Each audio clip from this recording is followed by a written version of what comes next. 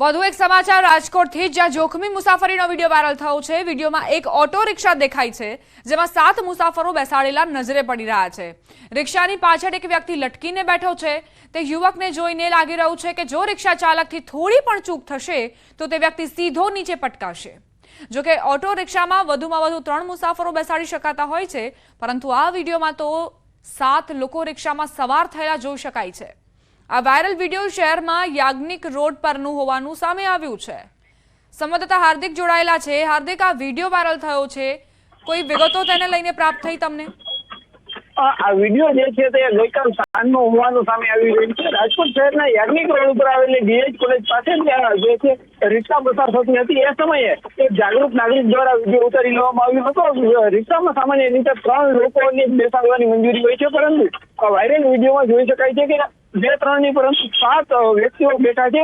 Yagnik road છે એ સતત ટ્રાફિકથી ધમધમતો પણ રોડ કહી શકાય। જો આ સમયે અકસ્માત સર્જાય તો અનેક લોકોના જીવને પણ જોખમ સર્જાઈ શકે છે। ત્યારે અહીં પોલીસ સામે પણ જે સવાલો ઉભા થઈ રહ્યા છે। સામાન્ય રીતે લાયસન્સ સહિતની બાબતો માટે પોલીસ છે તે દંડ ઉઘરાવતી હોય છે, લોકોને પણ મસ્ત મોટા દંડ ઉઘરાવતી હોય છે। ત્યારે આ જે 7 લોકો રિક્ષામાંથી સવાર થઈને પસાર થાય છે, ત્યારે આવા શખ્સો કરવામાં આવી આવા લોકોને કેમ ઈમેમો ફટકારવામાં આવે તે પણ એક સવાલ ઉભો થાય છે। આ રિક્ષામાં સૌથી જોખમી બાબત એ છે કે પાછળની સાઈડ કે જે જગ્યાએ બેસી પણ ન શકાય એ જગ્યાએ એક શખ્સ છે તે લટકીને જઈ રહ્યો છે। ત્યારે ખૂબ જ ગંભીર બાબત છે તે સામે આવી છે। જી દીપા। હાર્દિક, પહેલા પણ ઘણા વિડીયો વાયરલ થઈ ચૂક્યા છે, પરંતુ વિડીયો વાયરલ થાય અથવા તો અકસ્માત સર્જાય ત્યારે જ પોલીસ એક્શનમાં આવે છે।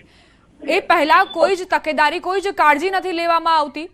જ્યારે મેમો ફટકારવામાં આવે તે દરમિયાન ડ્રાઈવ ચલાવાય તે બધું બરાબર છે, પરંતુ આ પ્રકારના વિડીયો સામે ક્યારે કાર્યવાહી? સૌથી મોટો સવાલ એ જ ઉભો થાય છે કે જે સામાન્ય લોકો છે તે રોડ ઉપરથી પસાર થતા હોય છે, તેમની પાસે પીયુસી ન હોય તો પણ તેમને દંડ ફટકારી દેવામાં આવતો હોય છે। પરંતુ આ જે શખ્સ છે રિક્ષા ચાલક છે તે ખુલ્લેઆમ ટ્રાફિકના નિયમોનો ઉલ્લાડિયો કરી રહ્યો છે। એટલું જ નહીં, લોકોના જીવને પણ જોખમમાં મૂકી રહ્યો છે અને રિક્ષા તે જોખમી રીતે હંકાવી રહ્યો છે। એ પણ રાજકોટ શહેરના કોઈ છેવાડાના વિસ્તાર નહીં, પરંતુ શહેરનો મધ્યનો વિસ્તાર કહી શકાય કે જ્યાં જે છે પોલીસ ચોકી પણ બાજુમાં આવેલી છે। આ જે જગ્યાએ વિડીયો વાયરલ થયો છે ત્યાંથી માત્ર ને માત્ર 1 કિલોમીટરની દૂર ઉપર ખુદ પોલીસ કમિશનર કચેરી પણ આવેલી છે। ત્યારે પણ આ શખ્સની એટલી હિંમત થઈ છે કે તે ટ્રાફિકનો સરેઆમ ઉલ્લાડિયો કરે, લોકોના જીવને જોખમમાં મૂકી અને તે પસાર થઈ રહ્યો છે। ત્યારે ચોક્કસથી ટ્રાફિક વ્યવસ્થા સામે પણ ક્યાંક સવાલો ઉઠી રહ્યા છે। જી દીપા। આભાર હાર્દિક, તમામ જાણકારી આપવા માટે। સવાલ અહીં ઉપસ્થિત થઈ રહ્યા છે કે રિક્ષા ચાલકને કેમ કોઈ ડર નથી? જો કોઈ દુર્ઘટના સર્જાશે તો કોને જવાબદાર ઠેરવવા? ત્યારે તો બધા જવાબદારીઓ પરથી હાથ અધ્ધર કરી લેશે। સ્થાનિક પોલીસને કેમ નથી દેખાતું? આ દ્રશ્યો કેમ નથી દેખાતા? કેમ કાર્યવાહી નથી કરવામાં આવતી? કોઈ વિડીયો વાયરલ થાય, કોઈ જાગૃત નાગરિક વિડીયો બનાવીને સોશિયલ મીડિયામાં મૂકે, ત્યારબાદ જ પોલીસ કેમ જાગે છે?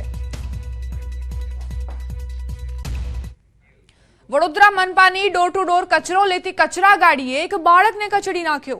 છાણીમાં આવેલી અભયનગર સોસાયટીમાં ગઈકાલે સવારે ઘટના બની હતી। 4 વર્ષનો દેવાંશ ગોલાનિયા સોસાયટીમાં રમતો હતો, તે દરમિયાન તેને કચરાની ગાડીના ચાલકે કચડી નાખ્યો।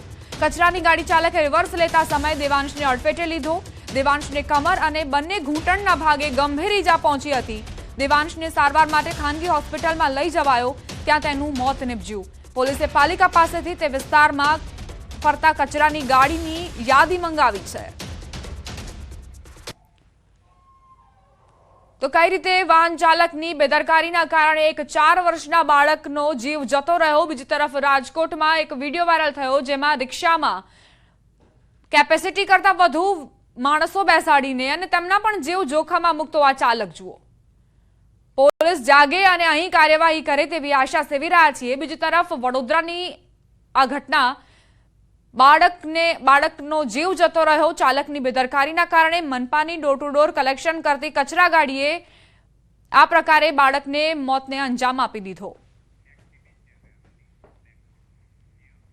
અરવલ્લીના ભિલોડામાં અસામાજિક તત્વોનો આતંક। બિરસા મુંડા સર્કલ પર 5 કારના કાચ તોડ્યા। રાત્રિ દરમિયાન અસામાજિક તત્વોનો આતંક જોવા મળ્યો। પાર્ક કરેલી ગાડીઓને નુકસાન પહોંચાડ્યું। કઈ રીતે અસામાજિક તત્વો બેફામ બન્યા છે તેનો પુરાવો જુઓ। કારમાં પણ તોડફોડ કરવામાં આવી છે, કાચ તોડી પાડવામાં આવ્યા છે, 5 કારોને નુકસાન પહોંચાડ્યું છે। રાત્રિ દરમિયાન અસામાજિક તત્વો ત્રાટક્યા અને ત્યારબાદ 5 કારની આવી દુર્દશા કરી છે। પાર્ક કરેલી ગાડીઓને નુકસાન પહોંચાડ્યું છે। સંવાદદાતા હાર્દિક પટેલ જોડાઈ ગયા છે વધુ જાણકારી સાથે. હાર્દિક, આજે ગાડીઓને નુકસાન થયું છે, કોણે તેને અંજામ આપ્યો, કોઈ વિગતો? દીપા, ચોક્કસથી જે પ્રકારે ભિલોડા તાલુકાનું જે જગ્યા છે આ બિરસા મુંડા ભિલોડાથી શામળાજી વચ્ચે આવેલી જગ્યા છે, જ્યાં રુદ્ર કોમ્પ્લેક્સ આગળ 5 જેટલી ગાડીઓ પાર્ક કરેલી હતી, જેને રાત્રિ દરમિયાન અજાણ્યા શખ્સો અસામાજિક તત્વો દ્વારા તોડફોડ કરવામાં આવી છે. 5 ગાડીઓમાં તોડફોડ કરી તેના કાચ તોડી પાડવામાં આવ્યા છે. એટલે કે જે સ્થાનિક વેપારીઓ છે કામ ધંધા કરતા, તેમાં પણ ડર વ્યાપ્યો છે કે આ કોના દ્વારા આ કૃત્ય કરવામાં આવ્યું છે. ત્યારે પોલીસ દ્વારા સમગ્ર મામલે જે સીસીટીવી કેમેરા છે તેની તલાશી લેવામાં આવી રહી છે કે કોણ અજાણ્યા શખ્સો છે જેના દ્વારા આ આતંક સર્જવામાં આવ્યો છે. તેવા સંજોગોમાં હાલ તો જે સ્થાનિક વેપારીઓ છે તે હાલ ભયના ઓથાર વચ્ચે જીવી રહ્યા છે. જી દીપા. આભાર હાર્દિક જાણકારી આપવા માટે. અરવલ્લીના શામળપુરમાં ખેડૂતોને ખાતર ન મળતા થઈ રહી છે હાલાકી. માંગ કર્યા છતાં છેલ્લા 1.5 મહિનાથી યુરિયા ખાતર ન મળતા પાક નુકસાન જવાની ભીતિ. યુરિયા ખાતરની અછત વચ્ચે નાણાં આપી મળતિયાઓને ખાતર ભરેલી ગાડીઓ આપી દેવાતી હોવાનો ખેડૂતો આક્ષેપ કરી રહ્યા છે. વહેલી તકે ખાતર નહીં મળે તો ખેડૂતો વિરોધ પ્રદર્શન કરશે તેવી ચીમકી ઉચ્ચારી. એનપીકે યુરિયા કોની પણ એક પણ ગાડી નથી આવી, ઇફકો વાળાની પણ કોઈ પણ ગાડી નથી આવી. અમારા બીએલઓ બધા મોકલેલી છે, અમે ડ્રાફ્ટ કાઢેલા છે. આ લોકો દબાઈ રાખે છે. મંડળીઓમાં પ્રાઇવેટ વાળાને ખાતર આપી દે છે 5,000 રૂપિયા લઈને. પ્રાઇવેટ વાળાને 5,000 લઈને ગાડીઓ આપે છે, મંડળીઓને ખાતર આપતા નથી. હાલ મારે યુરિયાની જરૂર છે સાહેબ. યુરિયા દરેક દુકાને અમે 5-5, 10-10 કિલોમીટર ફર્યા છીએ. અમને યુરિયા કોઈ જગ્યાએ મળતું નથી ને મળે તો એક બેગ પસવારી અમારે 150-200 રૂપિયાનું અધર ખાતર લઈ અને યુરિયા લેવી પડે એવી પરિસ્થિતિનું નિર્માણ થયું છે. હાલ ખેડૂતની કોઈ એવી પરિસ્થિતિ જ નથી કે આવી 10-10 બેગો બિનજરૂરી વળગાડવામાં આવે. જો ખાતર હવે યુરિયા નહીં મળે તો અમારો પાક નિષ્ફળ જશે. એનું બાંયધરી કોણ લેશે અને અમને પુરવઠો કોણ પૂરો પાડશે? અમારી 2-3 મહિનાથી માગણી છે ખાતરની, પણ બિલકુલ ખાતર મળતું નથી. ભિલોડાના શામળાજી પાસે આવેલા શામળપુર ગામમાં ખેડૂતોનો વિરોધ ઉગ્ર જોવા મળ્યો છે. ખાસ કરીને જે યુરિયા ખાતરની અછત છે તેના કારણે ખેડૂતો એકઠા થઈને વિરોધ દર્શાવે છે. જે પ્રકારે અછત જોવા મળી છે ત્યારે ગંભીર આક્ષેપો સરકાર અને ગુજકો માસો સામે કરવામાં આવે છે.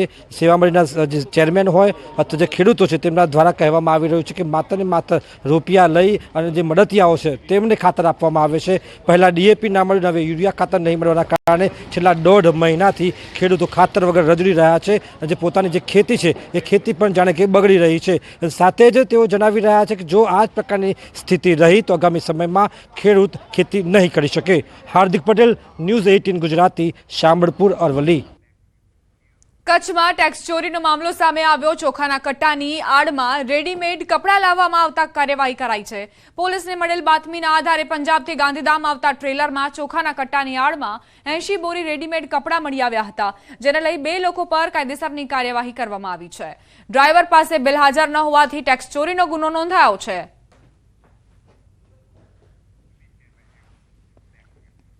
અગ્નિકાંડ બાદ ફાયર વિભાગમાં થવા જઈ રહી છે સૌથી મોટી ભરતી. ફાયર વિભાગમાં 247 ફાયરમેનની ભરતી માટેની કામગીરી હાથ ધરાઈ છે, જેમાં 2147 જેટલી અરજી આવી છે, જેમાંથી 800 ઉમેદવારો હાજર રહ્યા હતા. દરરોજ 200 જેટલા અરજદારોને બોલાવવામાં આવે છે. અરજદારોને 20 સેકન્ડમાં 100 મીટર દોડ, 150 સેકન્ડમાં 100 મીટર સુધી તરવાનું અને 20 ફૂટ ઊંડા પાણીમાં જઈને તળિયે રહેલી ઈંટ બહાર લાવવાની હોય છે.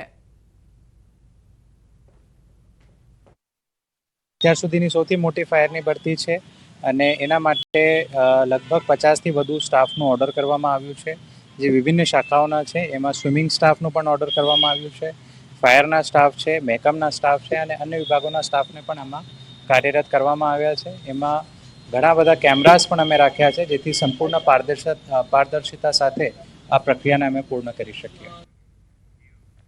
આપણે ટીવીમાં તેમજ મોબાઈલમાં ઓફરોડિંગ ડ્રાઈવ જોયું હશે, જેમાં ઉબડ-ખાબડ રસ્તા પર કાર તેમજ ડર્ટ બાઇક્સ ચાલતી જોવા મળે છે. પરંતુ આવા જ એક એડવેન્ચરનું અમદાવાદમાં સૌપ્રથમ વખત આયોજન કરવામાં આવ્યું. અમદાવાદના શીલજ વિસ્તારમાં જેસીબીની મદદથી ઓફરોડિંગ ડ્રાઈવ માટે ટ્રેક તૈયાર કરવામાં આવ્યો. આ ઓફરોડિંગ એડવેન્ચર ટ્રેકમાં એક 4x4 કાર અને ડર્ટ બાઇક્સ ચલાવી શકાશે. એક જ દિવસમાં 50 જેટલી 4x4 કાર અને બાઇક રાઇડરો સહભાગી થયા. કાદવ કીચડવાળા ખાડા તૈયાર કરવામાં આવ્યા છે, જેમાં રાઇડર્સે ઓફ રાઇડિંગનો રોમાંચ અનુભવ્યો. ઓફ રાઇડિંગ એડવેન્ચર ટ્રેક ખાસ 2 દિવસ માટે જ બનાવવામાં આવ્યો છે. બસ આમાં મને 4x4નો શોખ છે એટલે મેં છેલ્લા 1 મહિનાથી આ બધું કામ ચાલતું હતું અહીંયા અને જે ટ્રેક બનાવવાનું જે મહેનત બહુ લાગે એ બધી ગાડીઓ ટ્રાય કરવી પડે. તમે ગાડીઓની સેફ્ટી બી તમારે ધ્યાન રાખવી પડે કે ગાડીને કંઈ પ્રોબ્લેમ ના થાય, અંદર બેઠેલા માણસને કંઈ નુકસાન ના થાય. એટલા માટે બહાર જે લોકો એક્સિડન્ટ કરે છે આજકાલ, લોકો ડ્રિંક એન્ડ ડ્રાઈવ બહુ ચાલે છે, એના કરતાં અહીંયા અંદર આવીને ગેટેડ કમ્યુનિટી એરિયામાં તમે આવીને બધું કરો તો તમારું ફ્રસ્ટ્રેશન નીકળશે અને તમારા પ્રોબ્લેમ્સ જે તમને અંદર છે એ બધા બહાર અહીંયા આવીને કાઢો. એ જ मोटिव है मारू. नेचुरल ट्रैक्स में लोग जाते हैं और वहाँ पे चलाते हैं, खाई में डालते हैं, ऊपर करते हैं, तो वैसे ही सेम फील जो है एक आर्टिफिशियल ट्रैक बना के यहाँ पे ऑफ कोर्स जेसीबी अगर आपको दिख रही होगी पीछे, तो जेसीबी के अंदर उससे खुदाई करते हैं और वहाँ पे मल्टीपल टाइम्स उसको टेस्ट किया जाता है कि सारी गाड़ियाँ कौन सी 4x4 है जो जा सकती है वहाँ पे. ये मड थेरेपी है, तो जो लोग अपने बॉडी पे मड थेरेपी करते हैं मेरे ख्याल से ये कार के लिए मड थेरेपी. જૂનાગઢમાં આજે ભૂતનાથ મંદિર ખાતે ધર્મસભાનું આયોજન. સંતોની હાજરી વચ્ચે ધર્મસભા શરૂ. ધર્મસભામાં મોટી સંખ્યામાં જન સમુદાય હાજર. ભાગવતની પૂર્ણાહુતિના અવસરે ધર્મસભાનું આયોજન કરાયું છે. મહેશગીરી બાપુનું ધર્મસભામાં સંબોધન. તેમણે કહ્યું કે ભાગવતના સોગંદ ખાઈ કહીશ કે જે કહીશ તે સત્ય કહીશ. મારા સનાતનના ટુકડા થાય તે સહન નહીં કરું.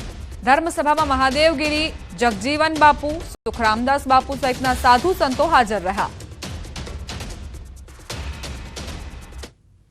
योगी खड़ दर्शन काला पीला धोला लीला काळा जेने પહેર્યા હોય બધા મારા સનાતની સંતોના ચરણોમાં હું આજે વંદન કરું છું સાહેબ.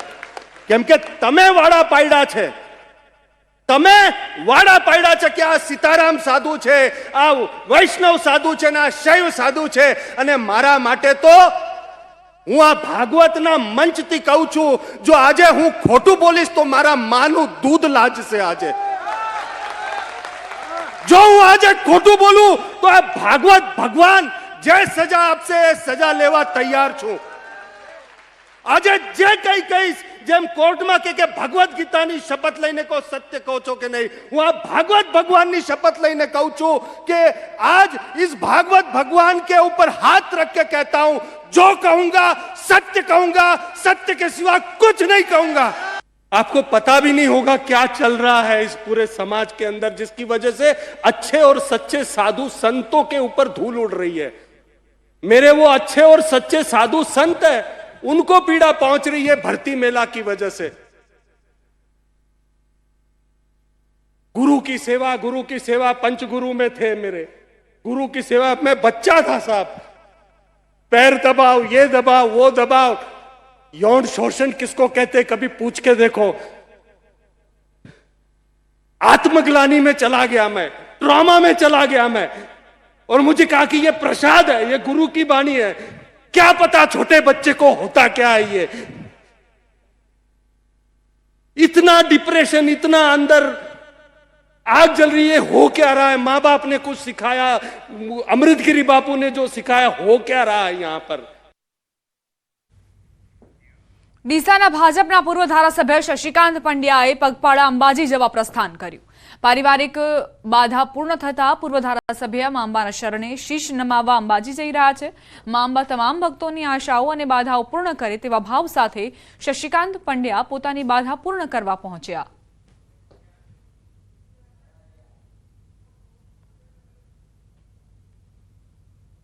પારિવારિક બાધા હતી અને મા જગદંબાએ એ બાધા પૂરી કરી છે અને ખૂબ લાંબુ દીર્ઘાયુ અર્પે એવી માતાજીને આજના દિવસે પ્રાર્થના કરવા જઈ રહ્યો છું. અને જે મા જગદંબાના દ્વારે આવે છે, દુઃખી થઈને આવે છે, રડતો રડતો આવે છે અને હસતો હસતો જાય છે. મા જગદંબા તમામની બાધાઓ પૂરી કરતા હોય છે. પણ પૂરી શ્રદ્ધાથી, પૂરા મનથી તમે માતાજી ઉપર શ્રદ્ધા રાખો તો 100% માતાજી તમારી સાથે રહેતા હોય છે.